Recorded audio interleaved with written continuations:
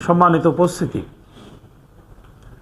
আমরা অত্যন্ত সৌভাগ্যবান যে আল্লাহ তাআলা আমাদেরকে মুসলমান হিসেবে পৃথিবীতে জন্মগ্রহণ করার, মুসলিম হিসেবে পরিচয় দেওয়ার সুযোগ দান করেছেন। মুসলিম হিসেবে পরিচয় দেওয়ারই সুযোগ দান করেননি। এই পৃথিবীতে 850 কোটি মানুষের মধ্যে ধরে নেওয়া হয় 100 থেকে 150 কোটি মুসলমান, তার মধ্যে মাত্র 6% মুসলিম রয়েছে যারা প্র্যাকটিক্যালি ইসলামকে লালন করেন, ইসলামকে তার ইমানের সাথে শব্দ উচ্চারণের সময় ধারণ করেন। এই সংখ্যা যা, তার তুলনায় মাত্র 6% মুসলিম রয়েছে যিনি তার ব্যক্তি জীবনে সেটাকে লালন করে থাকেন। আমি বিশ্বাস করি আজকে যারা এখানে আমরা বসেছি, আমরা প্রত্যেকেই আমার ব্যক্তি জীবনে, আমার সমাজ জীবনে, আমার রাষ্ট্রীয় জীবনে পৃথিবীর বুকে ইসলামকে পূর্ণাঙ্গ রূপে লালন করতে দৃঢ় প্রতিজ্ঞ। এই প্রতিজ্ঞাবান হওয়ার সুযোগ আল্লাহ তাআলা আমাদেরকে দান করেছেন। এটা আমাদের জন্য সৌভাগ্য, আমাদের জন্য সবচেয়ে বড় সৌভাগ্য যারা আমরা এই ধরনের প্রতিজ্ঞা লালন করি। আমাদের সকলকে আল্লাহ তাআলা পবিত্র কোরআনকে এভাবে ধারণ করে মুখস্থ করার সুযোগ দান করেননি।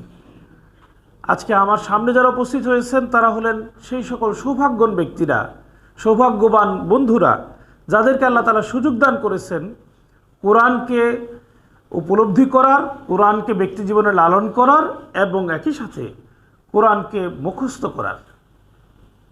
এই সৌভাগ্য যে আল্লাহ দান করেছেন সেই আল্লাহ তাআলা কোরআনকে এই পৃথিবীতে পাঠিয়ে সূরা হিজরের 9 নম্বর আয়াতে আল্লাহ বলছেন, ইন্না নাহনু নাযালনা যিকরা ওয়া ইন্না লাহু লাহাফিজুন। নিশ্চয়ই আমি এই বাণী নিজে থেকে অবতীর্ণ করেছি এবং এই বাণীকে অর্থাৎ কোরআনকে আমি নিজেই সংরক্ষণ করব। সম্মানিত ভাইরা আমার, আমরা যারা মুসলমান বুক ফুলিয়ে বলতে পারি এই পৃথিবীর বুকে যদি সমস্ত কোরআনকে পুড়িয়ে ফেলা হয়, পৃথিবীর বুক থেকে কোরআন পুড়িয়ে দিয়ে কোরআনকে সরিয়ে দেওয়ার অনেক ষড়যন্ত্র করা হয়েছে। গত কয়েকদিন আগেও আপনারা দেখেছেন সুইডেনে সংসদ ভবনের সামনে দাঁড়িয়ে কোরআনকে পুড়িয়ে দেওয়া হয়েছিল। এরকমভাবে যদি পৃথিবীর সকল কোরআন পুড়িয়ে দেওয়া হয়, আল্লাহ তাআলা চমৎকারভাবে একটা সুন্দর পদ্ধতি রেখেছেন যে একজন কোরআনে হাফেজ যদি বেঁচে থাকে সেই কোরআনকে পৃথিবীব্যাপী আবার ছড়িয়ে দেওয়া সম্ভব। এই মর্যাদা আল্লাহ তাআলা নিজে সংরক্ষণের ব্যাপারে ওয়াদা করেছেন। আল্লাহ রাসূল সাল্লাল্লাহু আলাইহি ওয়াসাল্লাম বলেছেন, খায়রুকুম মান তাআল্লামাল কুরআন ওয়া আল্লামাহ। তোমাদের মধ্যে সেই উত্তম যে কোরআন নিজে শিখে এবং অন্যকে শেখায়। সুতরাং আমরা যারা আজকে এখানে বসে আছি, আমরা সামনে থেকে আপনাদেরকে দেখছি, আপনারা আমাদেরকে দেখছেন যে আমরা আপনাদের সামনে বসে আছি, কিন্তু আমরা হলাম দুর্ভাগা, আমরা এখানে উত্তম নয়। আল্লাহ রাসূল সাল্লাল্লাহু আলাইহি ওয়াসাল্লাম বলছেন, উত্তম তারা যারা কোরআনকে শিখেছে এবং কোরআনকে শেখাবে, নিজে কোরআন শিখবে এবং অন্যকে শেখাবে। আল্লাহ তাআলা আপনাদেরকে সে উত্তম মানুষের কাতারে শামিল করেছেন। আল্লাহ তাআলা শুধু এটাই করেননি, আল্লাহ বলছেন, আল্লাহ রাসূল সাল্লাল্লাহু আলাইহি ওয়াসাল্লামের মাধ্যমে হযরত আনাস বিন মালিক রাদিয়াল্লাহু তাআলা থেকে বর্ণিত একটি হাদিসে আছে, আল্লাহ রাসূল বলছেন, কিছু মানুষ রয়েছে পৃথিবীতে যারা আল্লাহর পরিজন, আল্লাহর প্রতিবেশী। তারা কারা? সাহাবীরা জিজ্ঞেস করলেন, হে আল্লাহ রাসূল, এরা কারা? তিনি বললেন, যারা কোরআন তেলাওয়াত করে এবং তারা কোরআনকে লালন করে। সুবহানাল্লাহ। আপনারা দেখা যায় দিনের একটা বড় অংশ কোরআন তেলাওয়াতে ব্যয় করেন। যারা কোরআনকে তেলাওয়াত করে এবং কোরআনকে লালন করে, আল্লাহ রাসূল সাল্লাল্লাহু আলাইহি ওয়াসাল্লাম বলছেন তারা হলো আল্লাহর পরিজন। অন্য একটি হাদিসে বুখারী শরীফে আল্লাহ রাসূল সাল্লাল্লাহু আলাইহি ওয়াসাল্লাম উল্লেখ করেছেন, হযরত আয়েশা রাদিয়াল্লাহু তাআলা আনহা থেকে বর্ণিত, যে কোরআনে হাফেজ যারা কোরআনকে তেলাওয়াত করে, কোরআনকে লিপিবদ্ধ করে, তারা হলো ফেরেশতাদের সমতুল্য, তারা ফেরেশতাদের মতো। কেন?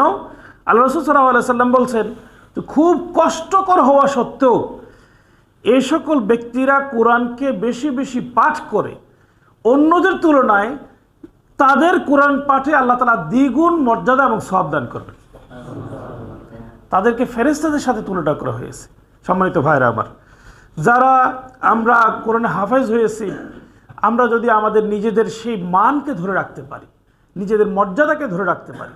আল্লাহ রাসূল সাল্লাল্লাহু আলাইহি ওয়াসাল্লাম থেকে বর্ণিত একটি হাদিস, এই হাদিসে তিরমিজি শরীফে উল্লেখ করেছেন যে যারা আমরা এই দুনিয়াতে আজকে সংবর্ধনা পাচ্ছি, এই সংবর্ধনা এখানেই শেষ নয়।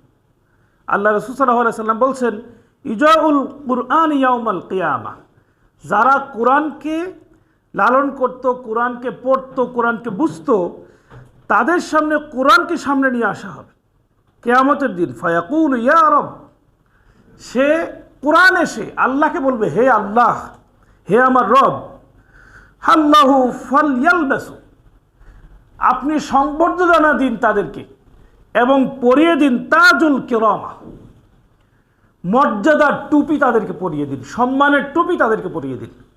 আজকে আপনার সামনে সংবর্ধনার জন্য ক্রেস্ট নিয়ে আসা হয়েছে, ছোট্ট একটা উপহার রাখা হবে। আজকের এই সম্মান সাময়িকভাবে আপনার জন্য খুব তৃপ্তিদায়ক এবং আনন্দদায়ক মনে হবে, কিন্তু আসলে এটার সুদূর প্রসারী সুফল দুনিয়ার বাইরে নিয়ে যাওয়া সম্ভব নয়। আখিরাত পর্যন্ত মর্যাদাবান সেই, যেই সত্যিকার অর্থে আখিরাতের সম্মানের উপযোগী হতে পারবে। কোরআন বলছেন, রবের কাছে ডাক দিয়ে বলবে, তুমি সেই ফালিয়ালবাস, তাকে মর্যাদার সম্মানের সে পোশাককে পরিয়ে দাও। সুম্মা ইয়াকুল ইয়া রব, তাকে এটা পরিয়ে দেওয়ার পরে আবার সে কোরআন এসে বলবে, অতঃপর বলবে, ইয়া রব জিদহু ফালিয়ালবাসু আল্লাহুল কুরআন কারামা। আল্লাহ রাসূল সাল্লাল্লাহু আলাইহি সাল্লাম বলছেন যে তখন তাকে আবার কোরআনকে সুযোগ দেওয়া হবে এবং কোরআন বলবে, হে আল্লাহ, তাকে যে মর্যাদা দিয়েছেন এটা তার জন্য পর্যাপ্ত নয়, মর্যাদা আরও বেশি বৃদ্ধি করে দেন এবং তাকে মর্যাদার আরও পোশাক পরিয়ে দেন। সুম্মা ইয়াকুলু ইয়া রব আরদ আনহু ফালিয়ারদাহু ফায়াকুলু। এভাবে কোরআন বারবার বারবার সুপারিশ করতে থাকবে আল্লাহর কাছে।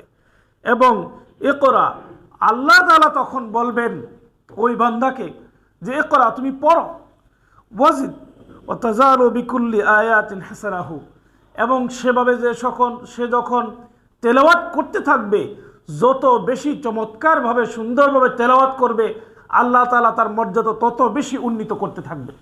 সুবহানাল্লাহ। সম্মানিত ভাইরা আমার, জান্নাতে কে কত মর্যাদাবান হবে, কে কত সৌভাগ্যবান হবে, সেই সময় উপস্থিত না হওয়া পর্যন্ত এই উপলব্ধিটা নিয়ে আসা অনেক বেশি কঠিন। আল্লাহ যদি কোনো কারণে আমাদেরকে জাহান্নামী করে দেন, তখন আরও বেশি বোঝা যাবে যে আমরা কতটা দুর্ভাগা। সুতরাং সম্মানিত ভাইরা, আল্লাহ তাআলা আমাকে আপনাকে যে কোরআনকে শেখার সুযোগ করে দিয়েছেন, কোরআনকে মুখস্থ করার সুযোগ করে দিয়েছেন, এই কোরআন যদি আমার জন্যে, আপনার জন্যে, তার রবের কাছে, মহান আল্লাহর কাছে সুপারিশ করে, এর চেয়ে বড় সৌভাগ্য আমাদের জন্য আর কিছুই নেই। সম্মানিত ভাইরা আমার, শুধু তাই নয়, দুইটা জিনিসের ব্যাপারে আল্লাহ রাসূল সাল্লাল্লাহু আলাইহি সাল্লাম বলছেন যে ঈর্ষা করা সম্ভব, ঈর্ষা করা যায়, যে যদি আমার এরকম হতো, আমি যদি এরকম হতে পারতাম। তার মধ্যে এক ব্যক্তি হলো যে আল্লাহ তাআলার দেয়া কোরআন নিজে শিক্ষা গ্রহণ করেছেন এবং সে দিন রাত তা তেলাওয়াত করে, দিনেও তেলাওয়াত করে, রাতেও তেলাওয়াত করে। তারপরে আর তা শুনে প্রতিবেশীরা বলে, হায়, আমাকে যদি এরকম চমৎকার জ্ঞান দেওয়া হতো এবং চমৎকার তেলাওয়াতের কণ্ঠ দেওয়া হতো, সৌন্দর্য দেওয়া হতো, সুযোগ দেওয়া হতো। এই এক ধরনের ব্যক্তিকে ঈর্ষা করা যায়। দ্বিতীয় হলো এমন সম্পদদার ব্যক্তি, মালদার ব্যক্তি, যাকে আল্লাহ তাআলা সম্পদও দিয়েছেন এবং দু হাত খুলে ব্যয় করার মন মানসিকতা দান করেছেন। এই দুই ধরনের ব্যক্তিকে ঈর্ষা করার ব্যাপারে আল্লাহ তাআলা অনুমোদন করেছেন। সম্মানিত ভাইরা, সত্যি আমি অন্তর থেকেই ফিল করি, যখন চমৎকার কোনো কোরআন তেলাওয়াত শুনি, সেই কোরআন তেলাওয়াত আমাকে বিমোহিত করে। আমার কাছে মনে হয় যদি আমার এরকম চমৎকার কোরআন তেলাওয়াতের সুযোগ হতো, আমি যদি কোরআনে হাফেজ হইতে পারতাম। এই আফসোস কিন্তু থেকে যায়। এই আফসোস, আমার এই আফসোস আল্লাহ তাআলা অনুমোদন করেছেন শুধুমাত্র কোরআনে হাফেজদের ব্যাপারে। যারা কোরআনে হাফেজ হয়েছে তাদেরকে নিয়ে আমি ঈর্ষা করতে পারি। এই ঈর্ষান্বিত মানুষ আপনারা দুনিয়াতে, এই ঈর্ষান্বিত মানুষ যেন আপনারা আখিরাতে হতে পারেন। কিয়ামতের দিবসে আল্লাহর সামনে দাঁড়িয়ে আপনাকে দেখে যেন আমি ঈর্ষা করতে পারি, আহা আল্লাহ, তুমি তাকে কত চমৎকার মর্যাদা দান করেছো, আমাকেও যদি সেই মর্যাদার আসনে তুমি আসীন করতে। এটা সৌভাগ্য হবে তখন আপনার জন্যে। আর দুনিয়ায় ঈর্ষান্বিত মানুষ হওয়ার পরেও আপনি যদি আপনার কর্ম দিয়ে, আপনার চাঞ্চল্য তৎপরতা দিয়ে নিজেকে জান্নাত থেকে জাহান্নামমুখী করে নেন, তাহলে আপনি আসলে সৌভাগ্যবান নয়, আপনি বড় দুর্ভাগা, আপনি হতভাগা। সম্মানিত ভাইরা আমার, শুধু তাই নয়, হযরত সাহাল বিন মুআদিল জুহনির রহমতুল্লাহ আলাইহি থেকে বর্ণিত, তিনি তার পিতা থেকে বর্ণনা করেন, রাসূলুল্লাহ সাল্লাল্লাহু আলাইহি ওয়াসাল্লাম বলেছেন, মান ক্বারাআল কুরআন ওয়া আমিলা বিহা, যে ব্যক্তি কোরআনকে তেলাওয়াত করলো এবং সে অনুযায়ী আমল করলো, ফিহি আলবাসু ভিলাদাতুন তাজান, তার পিতামাতাকে টুপি পরানো হবে, সম্মানের মর্যাদা টুপি পরানো হবে, ইয়াউমাল কিয়ামা, কিয়ামতের দিন। সম্মানিত ভাইরা আমার, আমরা আমাদের পিতামাতার জন্য কত কিছুই না করার স্বপ্ন দেখি। আল্লাহ বলছেন, যে ব্যক্তি দুইটা শর্তকে এখানে জুড়ে দিয়েছেন, যে কোরআনকে তেলাওয়াত করবে, কোরআনকে শিখবে, কোরআনকে অধ্যয়ন করবে, আর পাশাপাশি সে ওয়ামিলা বিহি, সে এই কোরআন অনুযায়ী নিজে কি করবে, আমল করবে। এই আমলের কাজটা অত্যন্ত গুরুত্বপূর্ণ। সম্মানিত ভাইরা আমার, আমাদের জন্য দুর্ভাগ্য যে আমাদের অনেক আলেম ভাই, অনেক কোরআনে হাফেজ ভাই, তিনি তার মুখস্থ শক্তিটাকে ধরে রাখার জন্য যতটা পরিশ্রম করেন, তার কিয়দাংশ পরিশ্রম করেন না তার এই মুখস্থকৃত শব্দটুকুকে আমলেতে পরিণত করার জন্যে। আমার বিশ্বাস এখানে যারা উপস্থিত হয়েছেন, আমরা আমাদের যে কোরআন শেখার সুযোগ আল্লাহ তাআলা দিয়েছেন, এই কোরআনের প্রত্যেকটি শব্দ, প্রত্যেকটি বাক্য পুঙ্খানুপুঙ্খ আমল করার চেষ্টা করবো ইনশাআল্লাহ। সম্মানিত ভাইরা আমার, এই পৃথিবীতে কোরআনকে সর্বপ্রথম শিখানো হয়েছিল প্রিয় নবী হযরত মুহাম্মদ সাল্লাল্লাহু আলাইহি ওয়াসাল্লামকে। তিনি দেখেন আমাদের সামনে তিনি তার কোরআনকে মুখস্থ করে তেলাওয়াত করে শোনানোর যে কাজটি, সেটা তিনি খুব কমই করেছেন। সময় সময় যে আয়াতটুকু নাজিল হয়েছে সেটাই মানুষের সামনে, সাহাবাদের সামনে তিনি সাহাবাদের সামনে উপস্থাপন করে শুনিয়েছেন। তিনি যে কাজটি করতেন সেটি হলো, কোরআনের যে আয়াতটি নাজিল হতো, সেই আয়াতটি তাৎক্ষণিক যে সমস্যার সমাধানের জন্য নাজিল হতো, সেটা তিনি করে হাতে কলমে দেখিয়ে দিতেন সাহাবাদেরকে। সুতরাং কোরআন হলো আমলের জন্য এসেছে, কোরআনকে আমল করেই মানুষের সামনে উপস্থাপন করতে হবে। আল্লাহ রাসূল সাল্লাল্লাহু আলাইহি ওয়াসাল্লাম সেই আমলের উজ্জ্বলতম দৃষ্টান্ত ছিলেন। আল্লাহ রাসূল সাল্লাল্লাহু আলাইহি ওয়াসাল্লাম সম্পর্কে আল্লাহ তাআলা পবিত্র কোরআনে উল্লেখ করেছেন, কাযালিকা জাআলনাকুম উম্মাতাও ওয়াসাতা লিতাকুনু শুহাদা আলান নাস ওয়া ইয়াকুনার রাসূলু আলাইকুম শাহীদা, তোমাদের সামনে রসুলকে মধ্যম পন্থা আমলকারী একজন ব্যক্তি হিসেবে উপস্থাপন করা হয়েছে। তোমাদের উচিত হলো মানুষের সামনে তোমাদের নিজেদেরকে ঠিক একইভাবে আমল করে উপস্থাপিত হওয়া। আমরা যারা এইখানে উপস্থিত হয়েছি, আলহামদুলিল্লাহ, কোরআনকে জানার, কোরআনকে বুঝার, যতটুকু তেলাওয়াত করার সুযোগ আল্লাহ তাআলা আমাদেরকে দিয়েছেন, এই সুযোগকে কাজে লাগিয়ে আমার আমলকে উন্নত করতে হবে। আমরা জানি আল্লাহ রাসূল সাল্লাল্লাহু আলাইহি ওয়াসাল্লাম সহ 100 জন দার্শনিককে নিয়ে একজন বিখ্যাত ব্যক্তি মাইকেল এইচ হার্ট, তিনি পৃথিবীর 100 জন দার্শনিকের ইতিহাস লিখেছেন। সেখানে 100 জনের তালিকার মধ্যে সর্বপ্রথম তিনি রেখেছেন হলো প্রিয় নবী হযরত মুহাম্মদ সাল্লাল্লাহু আলাইহি ওয়াসাল্লামকে। তাকে প্রশ্ন করা হয়েছিল, why did you select Prophet Muhammad সাল্লাল্লাহু আলাইহি ওয়াসাল্লাম as the best philosopher of the world, why did you select him as the first, as number 1, তুমি কেন তাকে প্রথম হিসেবে সিলেক্ট করেছো, পছন্দ করার কারণ কি? তিনি বলেছেন, hundreds of philosophers of the world, পৃথিবীর শত শত দার্শনিক, তারা road many things but did nothing, তারা জীবনে অনেক কিছু লিখেছে কিন্তু ব্যক্তিগত জীবনে তারা কিছু করে দেখিয়ে দিতে পারেনি। একমাত্র ওয়ানলি প্রফেট মুহাম্মদ সাল্লাল্লাহু আলাইহি ওয়াসাল্লাম did what he said in his life, তিনি তার জীবনে যত কথা বলেছেন তার সবগুলোই করিয়ে দেখিয়ে গিয়েছেন। আলহামদুলিল্লাহ। সম্মানিত ভাইয়েরা আমার, সুতরাং কোরআন হলো জীবন্ত, কোরআন হলো অনুসরণীয়, কোরআন হলো আরেকজনের সামনে দৃষ্টান্ত উপস্থাপন করার উপযোগী। কোরআনে যা বলেছে সেটা আপনি খুব সহজে সুন্দর করে উপস্থাপন করে মানুষের সামনে তুলে ধরতে পারবেন। আমাদের দুর্ভাগ্য, কোরআনকে নিয়ে সমাজে যারা আমরা কথা বলি, লক্ষ লক্ষ টাকা দিয়ে কোরআনের তাফসীর করার জন্য যাদেরকে নিয়ে আসা হয়, তাদের বক্তব্য, তাদের সুললিত কণ্ঠে মানুষের সামনে উপস্থাপিত সেই তথ্য, সেটা তার ব্যক্তি জীবনে প্রতিফলিত করতে পারেন না। এটা আল্লাহ রাসূল সাল্লাল্লাহু আলাইহি ওয়াসাল্লামের সাথে সাংঘর্ষিক। তিনি যে কোরআন পড়তেন, তিনি যে কোরআন জানতেন, সেই কোরআনের সাথে তার ব্যক্তি জীবনের যে চলন ছিল সেটার পুরোপুরি বিপরীত। আমাদের ঢাকা বিশ্ববিদ্যালয়ের চৌধুরী মাহমুদ হাসান স্যার, ফার্মেসি ডিপার্টমেন্টের তিনি ডিন ছিলেন, বিভাগীয় প্রধান ছিলেন। তিনি একটি কথা বলেন যে, আমি ইউরোপে গিয়ে কোনোভাবেই কোনো মুসলমান দেখিনি কিন্তু দেখেছি মুসলিম সভ্যতা, মুসলিম চর্চা অর্থাৎ ইসলামকে দেখেছি ইউরোপের মানুষগুলো টাইমলি তার কথা দিয়ে কথা রাখে, লেনদেনে কোনো দুর্বলতা প্রকাশ করে না। এইগুলো হলো ইসলামের দৃষ্টান্ত উপস্থাপনা, এগুলো একজন মুসলমানের মধ্যে থাকার কথা। কিন্তু দুর্ভাগ্য, আজকে মুসলমান যদি বলে আজকে টাকা দিব, নিশ্চিত থাকা যায় যে সে আজকে দিবে না, একদিন হলেও ঘুরাবে। তাকে যদি একটা সুন্দর বিষয় উপস্থাপন করা হয়, সে কুৎসিতভাবে তার প্রতিদান দিতে থাকে। এই যে মুসলমানদের মধ্যে কথা এবং কাজের বৈপরীত্য, এটা কোরআনের সম্পূর্ণ পরিপন্থী। এই জন্য সম্মানিত ভাইরা আমার, আল্লাহ রাসূল সাল্লাল্লাহু আলাইহি সাল্লাম বলেছেন, তুমি যদি আমল করো, ক্বরাআল কুরআনা ওয়া আমিলা বিহা, কোরআনকে পড়বা এবং সে অনুযায়ী আমল করবা, তাহলে আল্লাহ তাআলা তোমাকে সে মর্যাদা দান করবেন। সে আমলের সম্মিলন ব্যক্তি জীবনের মধ্যে আমাকে আপনাকে ঘটাইতে হবে। মানুষের মধ্যে এই দুর্বলতা অনেক বেশি তীব্র। এই তীব্র দুর্বলতার যে সমাজ, এই সমাজের বিপরীতে আমরা সবাই কোরআনকে আমলের মধ্য দিয়ে এই সমাজে বাস্তবায়ন করার চেষ্টা করব ইনশাআল্লাহ। সম্মানিত ভাইয়েরা আমার, আমি আপনাদের প্রতি দ্বিতীয় যে অনুরোধটি রাখতে চাই সেটি হলো, আল্লাহ তাআলা এই কোরআনকে মানুষের সামনে কেন পাঠিয়েছেন এটা উল্লেখ করেছেন সূরা ইব্রাহিমের 1 নম্বর আয়াতে, আলিফ লাম মিম কিতাবুন আনজালনাহু ইলাইকা লিতুখরিজান নাস মিনাজ যুলুমাতি ইলান নূর। পৃথিবীতে কোরআনকে পাঠানো হয়েছে, আল্লাহ বলছেন এই কোরআন আমি তোমাদের সামনে পাঠিয়েছি হলো তুমি মানুষকে জুলুম অর্থাৎ অন্ধকার থেকে আলোর দিকে নিয়ে আসবে।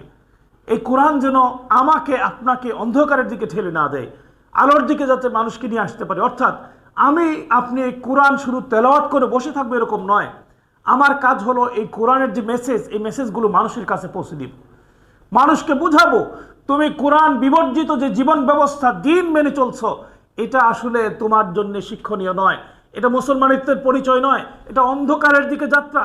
এই অন্ধকার থেকে তোমাকে আলোর দিকে আসতে হবে, কোরআনের দিকে আসতে হবে।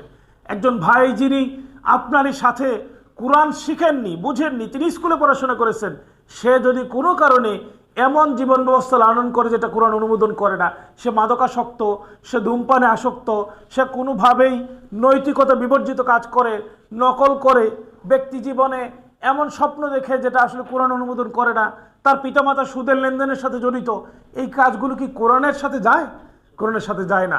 সুতরাং আপনি যদি নির্লিপ্তভাবে বসে থাকেন তাহলে আপনি আপনার দায়িত্ব পালন করতে পারেননি, তাহলে কোরআনের মেসেজ আপনি আমল করতে পারেননি। কোরআনের মেসেজ হলো কোরআন দিয়ে আপনি তাকে বুঝিয়ে তার মাদকাসক্তি থেকে তাকে সরিয়ে নিয়ে আসবেন। আপনি তার নৈতিকতা বিবর্জিত অশ্লীল বেহায়াপনায় যে জড়িত রয়েছে সেখান থেকে আপনি তাকে ফিরিয়ে নিয়ে আসবেন। আপনি প্রতিদিন ধরে ধরে একজন দুইজন ভাইকে দাওয়াত দিবেন। বিশ্বাস করেন, আপনি কোরআনে হাফেজ হওয়ার পরে একজন বন্ধুকে যদি বলেন যে তুমি কিন্তু আজকে থেকে আর মদ খাইতে পারবে না, তুমি ধূমপান করতে পারবে না, এই কথা বেশি কার্যকর হবে।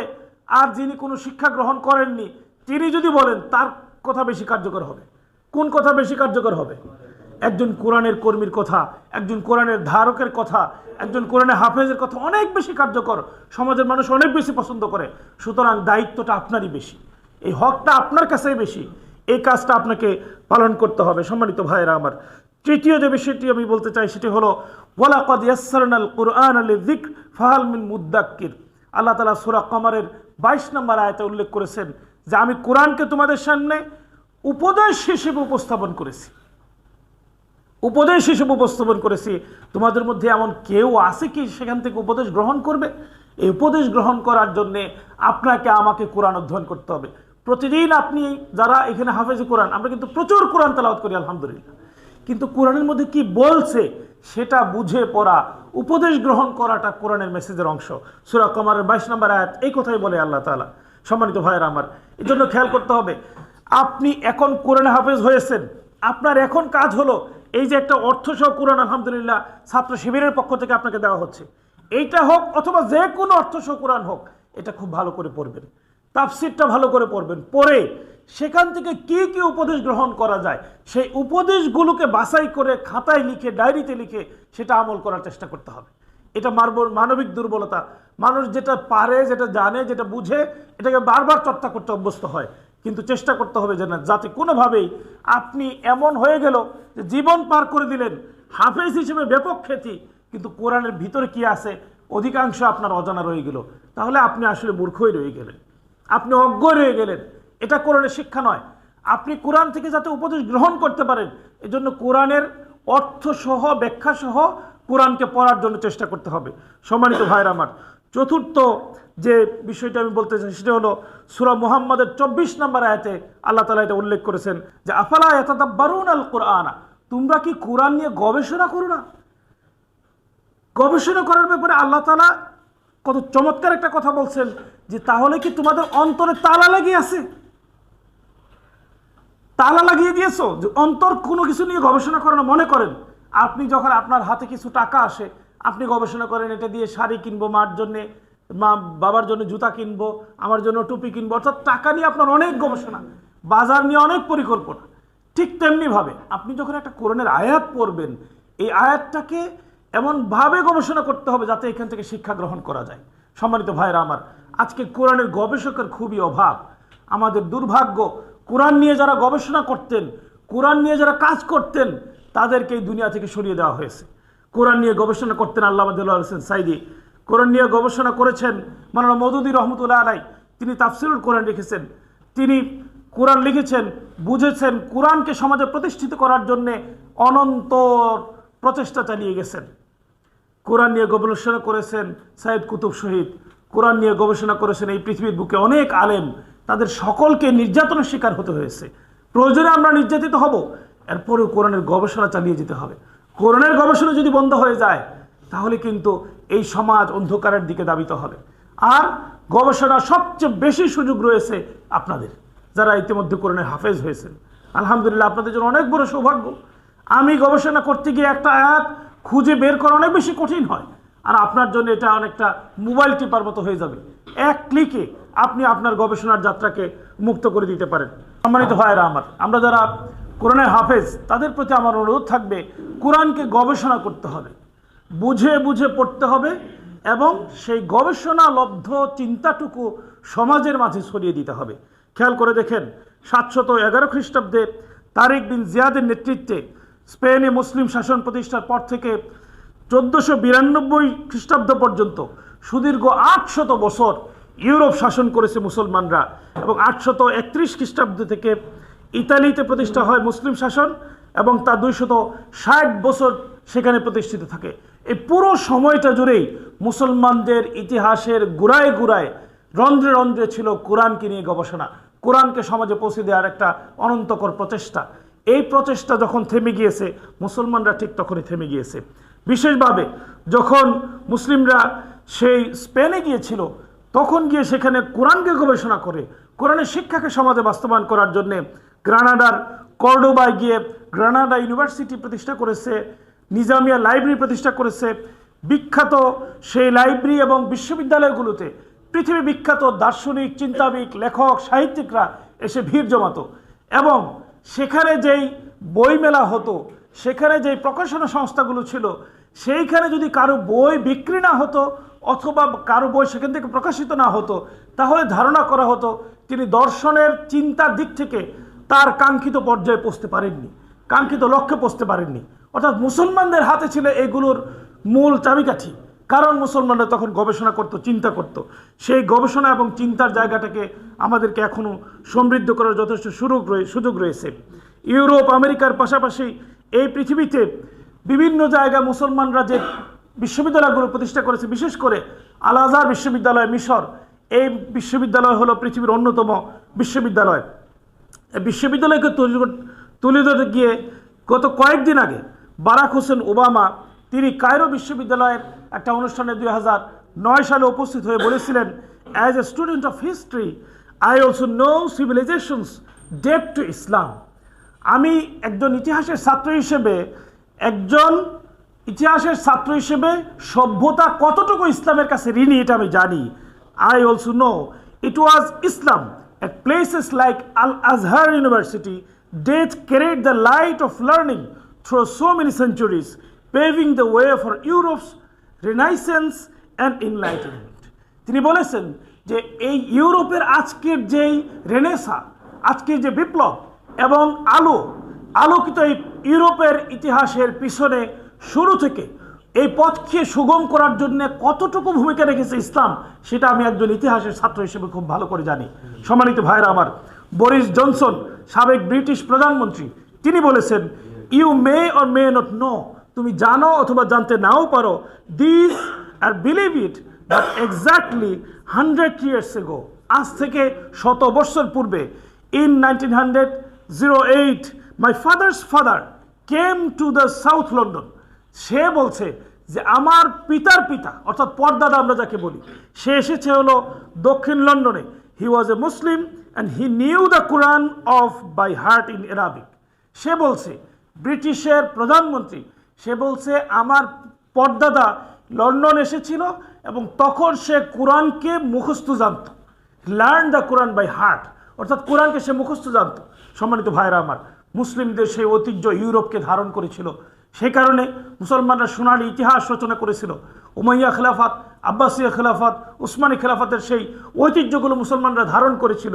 সেই ইতিহাসকে, সোনালী সমাজকে আবার ফিরিয়ে নিয়ে আসতে হবে। খোলাফায়ে রাশেদাসের সেই সমাজ আমরা প্রতিষ্ঠা করতে চাই। সেই সমাজ প্রতিষ্ঠায় আপনাদেরকে সামনে থেকে অগ্রণী সেনানীর ভূমিকা পালন করতে হবে। আজকে পৃথিবীর বিভিন্ন জায়গায় মুসলিমরা যেভাবে মার খাচ্ছে, সেই ফিলিস্তিন, সেই আফগানিস্তান, আমাদের ঠিক পার্শ্ববর্তী সেই আরাকান, সব জায়গায় মুসলমানদের এই নির্যাতন থেকে বাঁচার জন্য একটাই উপায়, সেটা হলো কোরআনকে মানুষের সামনে তুলে ধরা এবং কোরআনের একজন হাফেজ হিসেবে আপনাদেরকে কোরআনের ময়দানে শরিক হয়ে কোরআনকে তুলে ধরার এই দায়িত্বটুকু পালন করতে হবে। আল্লাহ তাআলা আমাদেরকে তৌফিক দান করুন। আমিন। ওয়া আখিরু দাওয়ানা আলহামদুলিল্লাহি রাব্বিল আলামিন।